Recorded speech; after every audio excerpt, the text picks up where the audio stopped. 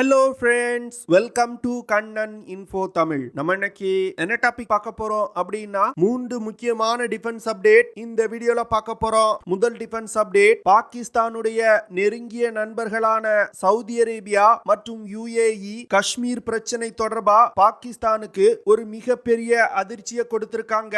அது என்ன அதிர்ச்சி அப்படிங்கிறது குறித்து பார்க்கலாம். இரண்டாவது டிஃபென்ஸ் அப்டேட், இந்தியா சமீப காலமா தன்னுடைய நியூக்ளியர் பாலிசியில மிகப்பெரிய மாற்றங்களை கொண்டு வந்து கொண்டிருப்பதா செய்திகள் வெளிவந்திருக்கு. அந்த விஷயம் குறித்து பார்க்கலாம். மூன்றாவது டிஃபென்ஸ் அப்டேட், இந்தியா 150க்கும் மேற்பட்ட Su-30 MKI போர் விமானங்களை அப்கிரேட் செய்ய இருப்பதா செய்திகள் வெளிவந்திருக்கு. இந்த 150 விமானங்கள்ல என்ன மாதிரியான அப்கிரேட இந்தியா செய்ய போறாங்க, இதன் மூலமா இந்தியாவின் Su-30 MKI போர் விமானங்களோட செயல்திறன் எப்படி அதிகரிக்கும் அப்படிங்கிறது குறித்து நம்ம டீடைலா இந்த வீடியோல பார்க்கலாம். நம்ம சேனல்ல டிஃபென்ஸ் மற்றும் ஜியோ பாலிட்டிக்ஸ் சம்பந்தமா தினம் ஒரு வீடியோ பப்ளிஷ் பண்ணிட்டு இருக்கோம். உங்களுக்கு நாங்க பப்ளிஷ் பண்ற வீடியோஸ் பிடிச்சிருந்துச்சுன்னா நம்ம சேனலை சப்ஸ்கிரைப் பண்ணி சப்போர்ட் பண்ணுங்க. நீங்க பண்ற ஒவ்வொரு சப்ஸ்கிரிப்ஷனும் எனக்கு அடுத்தடுத்த வீடியோஸ் போடுறதுக்கு ஒரு மோட்டிவேஷனா இருக்கும். சமீபத்துல பாகிஸ்தானுடைய prime minister Shehbaz Sharif UAE தலைமையிடமாக கொண்டு இயங்கக்கூடிய அல் அரேபியா நியூஸ் சேனலுக்கு ஒரு பேட்டி கொடுத்திருந்தாரு. அந்த பேட்டியில ஷேபாஸ் ஷெரீப் பாகிஸ்தான் இந்தியாவுடன் நடத்திய 3 யுத்தங்கள்ல இருந்து ஒரு சரியான பாடத்தை கத்துக்கிட்டோம் அப்படின்னு அவர் சொல்லியிருக்காரு. இந்தியாவுடன் பாகிஸ்தான் நட்பையே விரும்புது. இரு நாடுகளுக்கும் இடையிலான பிரச்சனைய பேச்சுவார்த்தை மூலமா தீர்த்து கொள்ளலாம் அப்படின்னு அவர் சொல்லியிருந்தாரு. ஆனா ஷேபாஸ் ஷெரீஃபின் இந்த கருத்துக்கு பாகிஸ்தான்ல எதிர்ப்புகள் கிளம்ப ஆரம்பிச்சது. அதனால ஷேபாஸ் ஷெரீப் இது போன்ற கருத்தை நான் தெரிவிக்கல அப்படின்னு பின்வாங்கினாரு. பாகிஸ்தானுக்கும் இந்தியாவுக்கும் இடையிலான உறவு எப்பொழுதுமே நல்ல விதமா இருந்ததே கிடையாது. இரு நாடுகளுக்கும் இடையே தொடர்ந்து ஏதாவது ஒரு பிரச்சனை வந்துகிட்டே இருக்கும். அந்த வகையில பிப்ரவரி 2019 புல்வாமா தாக்குதலுக்கு பழி வாங்கும் விதமா இந்திய விமானப்படை பாகிஸ்தானுடைய பாலகோட் பகுதியில் இருக்கக்கூடிய ஜெய்ஷே முகமது டெரரிஸ்ட் கேம்ப் மீது விமான தாக்குதல் நடத்தினாங்க. இந்த தாக்குதலுக்கு பிறகு பாகிஸ்தானும் இந்திய பகுதிக்குள் தன்னுடைய விமானப்படையை அனுப்பி தாக்க முயற்சி செய்தாங்க. இந்த விஷயத்தில இருந்தே இரு நாடுகளுக்கும் இடையே கடுமையான மோதல் போக்கு நிலவி வந்தது. இதனை தொடர்ந்து August 2019 India Jammu and Kashmir மாநிலத்துல ஆர்டிகல் 370 சட்டத்தை ரிவோக் செஞ்சாங்க. அது மட்டும் இல்லாம ஜம்மு அண்ட் காஷ்மீர் பகுதியை ஒரு யூனியன் டெரிட்டரியா அறிவிச்சு மத்திய அரசின் நேரடி கட்டுப்பாட்டுல கொண்டு வந்தாங்க. இது பாகிஸ்தானுக்கு ஒரு மிகப்பெரிய அடியா பார்க்கப்பட்டது. இதனை தொடர்ந்து ஜம்மு அண்ட் காஷ்மீர்ல ஆர்டிகல் 370 சட்டத்தை ரிவோக் செய்ததற்கு எதிராக பல நாடுகளிடம் சென்று ஆதரவு கேட்டாங்க. ஆனா பாகிஸ்தானுக்கு எந்த நாடும் சப்போர்ட் செய்ய முன் வரல. இப்போ சமீபத்துல பாகிஸ்தானின் மிகவும் நெருங்கிய நட்பு நாடுகளான UAE மற்றும் சவுதி அரேபியா ஜம்மு அண்ட் காஷ்மீரை மறந்துட்டு இந்தியாவுடன் நட்பை ஏற்படுத்தி கொள்ளுங்க அப்படின்னு அறிவுரை வழங்கியிருக்காங்க. இந்த 2 நாடுகளும் ஆர்கனைசேஷன் ஆஃப் இஸ்லாமிக் கார்ப்பரேஷன் அப்படிங்கிற OIC அமைப்புல மிகவும் முக்கியமான நாடுகள். பாகிஸ்தான் இந்த அமைப்புல வருடா வருடம் காஷ்மீர் பிரச்சனைய எழுப்புவாங்க.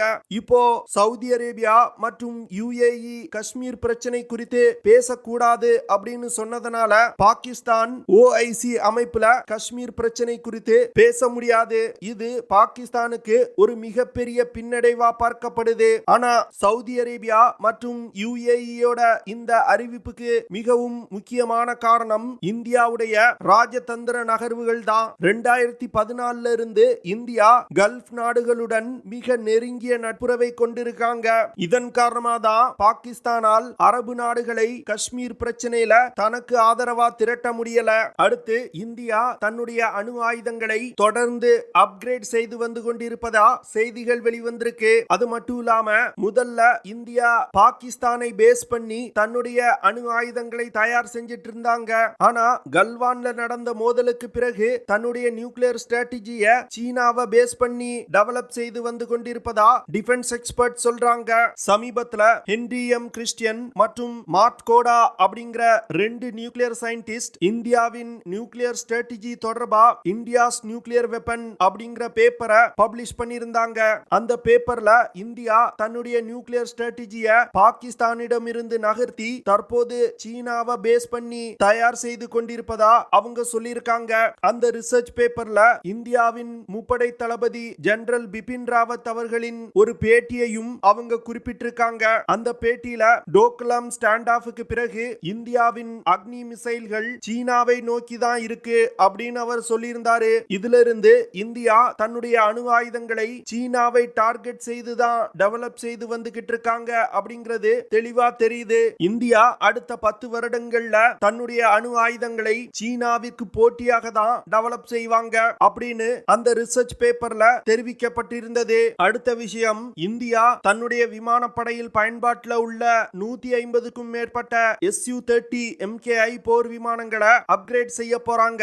இந்த அப்கிரேடேஷன் ப்ராஜெக்ட்டுக்கு பெயர் super Sukhoi program. India 150 Su-30 MKI போர் விமானங்களை அப்கிரேட் செய்வதற்கு 4 பில்லியன் அமெரிக்க டாலர்களை செலவு செய்ய போறாங்க.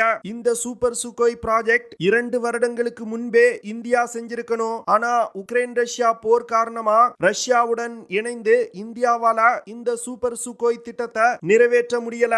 ஆனா இந்தியாவுக்கு தற்போது சீன எல்லையில பிரச்சனை அதிகரித்து கொண்டே இருக்கு. அது மட்டும் இல்லாம இந்திய விமானப்படைக்கு 42 ஸ்குவாட்ரான் விமானங்கள் தேவை. ஆனா இப்பொழுது இந்தியாவிடம் 32 ஸ்குவாட்ரான் விமானங்கள் தான் இருக்கு. அதனால தற்போது இந்திய விமானப்படையில் பயன்பாட்டில் உள்ள விமானங்களோட செயல்திறனை அதிகரிப்பதற்கு இந்தியா திட்டமிட்டு இந்த சூப்பர் சுகோய் திட்டத்தை கையில் எடுத்திருக்காங்க.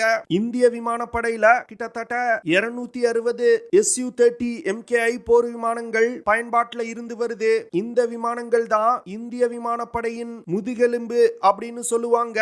சூப்பர் சுகோய் திட்டத்தின் கீழ் இந்தியா Su-30 MKI போர் விமானங்களோட எலக்ட்ரானிக்ஸ், சென்சார்ஸ், வெப்பன்ஸ், ரடார் போன்ற சிஸ்டங்களை மாற்றுவதற்கு திட்டமிட்டிருக்காங்க.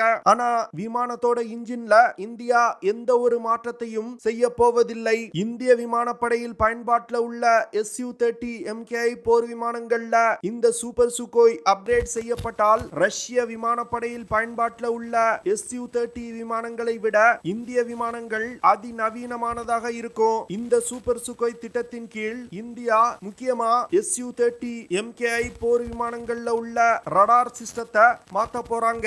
தற்போது இந்திய விமானப்படையில் பயன்பாட்டில் உள்ள Su-30 விமானங்கள்ல சோவியத் யூனியனால் உருவாக்கப்பட்ட N011M பார்ஸ் ரடார் பயன்படுத்தப்பட்டு வருது. இந்த ரடார்களை ரீப்ளேஸ் செஞ்சுட்டு உள்நாட்டிலே தயாரிக்கப்பட்ட உதம் AESA ரடாரை இந்தியா இணைக்க போறாங்க. சோவியத் யூனியனால் உருவாக்கப்பட்ட N011M பார்ஸ் ரடார் 1980களிலே உருவாக்கப்பட்டது. இந்த ரடாரோட மேக்ஸிமம் சர்ச் ரேஞ்ச் 400 கிலோமீட்டர். ஆனா இந்த ரடாரோட முக்கியமான டிராபேக்கே விமானம் முன்னோக்கி பறக்கும் பொழுது விமானத்தோட பின்புறத்துல இருக்கக்கூடிய டார்கெட்டுகளை இந்த ரடார்னால சரியா டிடெக்ட் செய்ய முடியாது. குறிப்பா சொல்லணும் அப்படின்னா இந்த ரடார்னால விமானத்தோட முன்புறத்துல 200 கிலோமீட்டர் ரேஞ்சில உள்ள டார்கெட்டை டிடெக்ட் செய்ய முடியுதுன்னா விமானத்தோட பின்புறத்துல வெறும் 60 கிலோமீட்டர் தூரத்துல உள்ள டார்கெட்டுகளை மட்டுமே டிடெக்ட் செய்ய முடியும். இதனால Su-30 விமானங்களை விமானத்தோட பின்புறத்துல இருந்து எளிதா தாக்கி அழிக்க முடியும். இந்த N011M பார்ஸ் ரடார்னால ஒரே நேரத்துல 16 ஏரியல் டார்கெட்டுகளை ட்ராக் செய்ய முடியும். அதே வேளையில ஒரே நேரத்துல 4 டார்கெட்டுகள் மீது தாக்குதல் நடத்த முடியும். தற்போது இந்திய விமானப்படையில் பயன்பாட்டில் உள்ள Su-30 விமானங்கள்னால வானில் இருந்து தரை இலக்குகளை தாக்கக்கூடிய ஆபரேஷன்கள்ல 60 கிலோமீட்டர் தூரத்துல உள்ள டார்கெட்டுகளை மட்டுமே கண்டுபிடிக்க முடியும். இது இந்த விமானத்தோட ஒரு மிகப்பெரிய டிராபேக்கா பார்க்கப்படுது. ரஷ்யா கூட தன்னுடைய விமானப்படையில் பயன்பாட்டில் உள்ள Su-30 விமானங்களோட ரடார் சிஸ்டத்துல மிகப்பெரிய மாற்றங்களை கொண்டு வந்திருக்காங்க. இதனால ரஷ்ய விமானங்களால் 120 கிலோமீட்டர் தூரத்துல உள்ள தரை இலக்குகளை தாக்க முடியும். இது போன்ற பல குறைபாடுகள் இந்தியாவின் Su-30 விமானங்கள்ல இருக்கு. இதன் காரணமா தான் இந்தியா இந்த சூப்பர் சுகோய் திட்டத்தை கையில் எடுத்து தற்போது அதை செயல்படுத்த போறாங்க. இந்தியா Su-30 MKI போர் விமானங்கள்ல உதம் AESA ரடாரை இணைக்க போறாங்க. இந்த ரடார் DRDO-வால் உருவாக்கப்பட்ட ஒரு அதிநவீன ரடார். உதம் AESA ரடார்னால 100 கிலோமீட்டருக்கும் அதிகமான தூரத்துல உள்ள 50 டார்கெட்டுகளை ஒரே நேரத்துல ட்ராக் செய்ய முடியும். அது மட்டும் இல்லாம ஒரே நேரத்துல 4 டார்கெட்டுகள் மீது தாக்குதலும் நடத்த முடியும். இந்த உதம் AESA ரடார்னால ரடார்னால ஒரே நேரத்துல பல்வேறு மோட்ஸ்ல ஃபங்க்ஷன் ஆக முடியும். உத்தம் ஏஇஎஸ்ஏ ரடார்ல electronic counter measure immune system இணைக்கப்பட்டிருக்கு. இதனால இந்த ரடாரை ஹேக் செய்ய முடியாது. இந்த ரடார் சிஸ்டத்தை பயன்படுத்தி air to ground, air to air மற்றும் ஏர் டு சி ஆபரேஷன்களை கேரி அவுட் செய்ய முடியும். உத்தம் ஏஇஎஸ்ஏ ரடார்ல 18 மோடுகள் இருக்கு. உத்தம் ஏஇஎஸ்ஏ ரடாரை முதற்கட்டமா Su-30 MKI போர் விமானங்கள்ல இணைக்க போறாங்க. அதற்கு பிறகு இந்தியாவின் உள்நாட்டு தயாரிப்பு விமானமான LCA தேஜஸ் விமானங்கள்லையும் இந்த ரடாரை இணைக்க போறாங்க. இந்தியா உருவாக்கும் 5th ஜெனரேஷன் ஃபைட்டர் ஜெட்டான ஆம்கா ப்ராஜெக்ட்டுக்கு உத்தம் ஏஇஎஸ்ஏ ரடாரோட ஒரு அப்கிரேடட் வெர்ஷனை பயன்படுத்த போறாங்க. அதனால உத்தம் ஏஇஎஸ்ஏ ரடார் வரும் காலத்துல இந்திய விமானப்படை விமானங்கள்ல அதிக அளவு பயன்படுத்தப்பட உள்ளது. ஓகே ஃப்ரெண்ட்ஸ், நம்ம வீடியோவோட நிறைவு பகுதிக்கு வந்துட்டோம். இதெல்லாம் தான் நான் உங்ககிட்ட ஷேர் பண்ணணும் அப்படின்னு நினைச்ச விஷயங்கள். ஐ ஹோப் நான் ஷேர் பண்ண விஷயங்கள் உங்களுக்கு பிடிச்சிருக்கும்னு நினைக்கிறேன். அப்படி பிடிச்சிருந்துச்சுன்னா ஷேர் பண்ணுங்க, லைக் பண்ணுங்க, கமெண்ட் பண்ணுங்க. மறக்காம நம்ம சேனலுக்கு சப்ஸ்கிரைப் பண்ணுங்க. அப்படியே அந்த பெல் நோட்டிபிகேஷனை கிளிக் பண்ணி ஆல்ங்கிற ஆப்ஷனை எனேபிள் பண்ணிக்கங்க. See you in the next video. Jai Hind.